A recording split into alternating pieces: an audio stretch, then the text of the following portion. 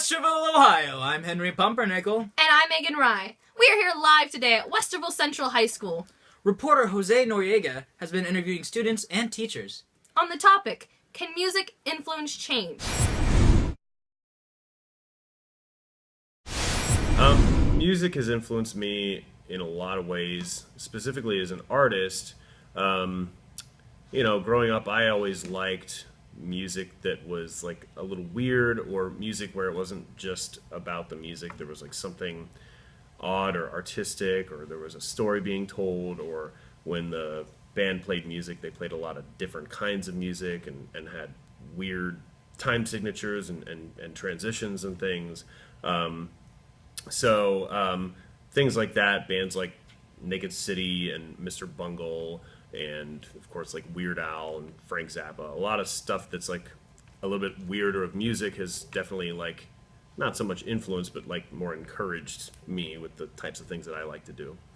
And then on top of that, in terms of just getting artwork done, there's a lot of music that, especially in college when I had like a nightmare workload, that I would put on specifically to just get things done faster. So if it has like a driving, like almost annoying beat, I know Spice Girls, like I bought a Spice Girls album as a joke and ended up brainwashing myself into like actually really, really liking it because I just had a bunch of stuff I had to get done my freshman year of college, and that helped me get it done faster.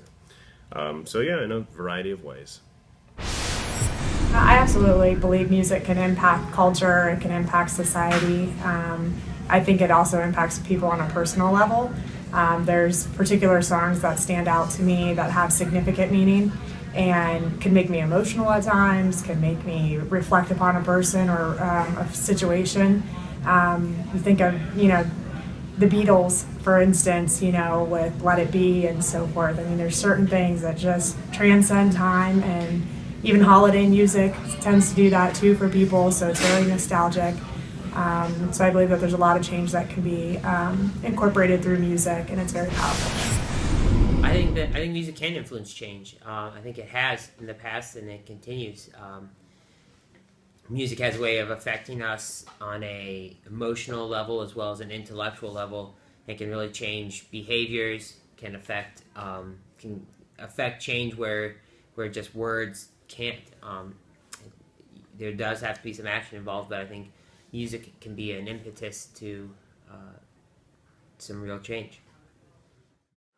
So what do you think about this quote? This will be a reply to violence, to make music more intensely, more beautifully, more devotedly than ever before. I think it's a great quote. I think it's what every musician should aspire to. Not just violence, but any kind of emotional reflection or any kind of emotional situation, good, bad, or otherwise.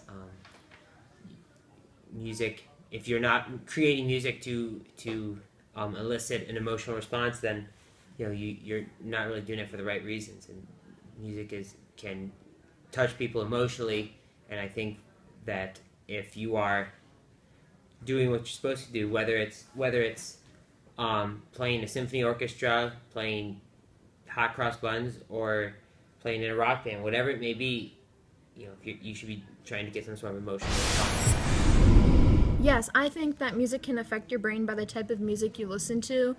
Like if you're listening like to hardcore rap, it could affect you by like if you're like multitasking, like doing your homework and listening to it. I feel like it could sort of like make you distracted in a way. So I think it could affect you. And also there was a study that was found where at like a hospital, 1,500 patients were tested in an experiment, and they were tested to see if like listening to two types of music could change their heartbeat. And like when they were listening to slow type of music, it reduced their heartbeat rate and made them like calm down, versus them listening to like hardcore like rock music, it made their heart like race faster and just made them like feel like down and stuff. So yeah, I really do think that music can affect your brain. Do you think music can affect change? Do you mean like in a social movement or something like that? Yeah. No. Not really. I think that people in social movements respond to music as a unifying force. It gives them something that people like to sing along, and it gives them that rhythm. It gives them something to do, and it gives them symbolic speech that they can use that helps represent their beliefs and their ambitions. But I don't think that it changes people. I think it's a tool that people respond to.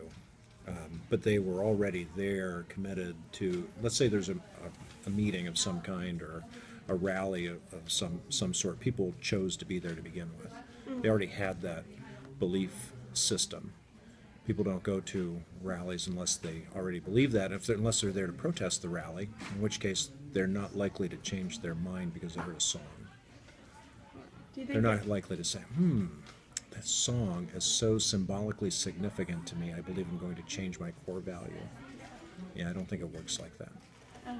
Do you think it has a psychological effect? In what sense? Like medically, do you think it can?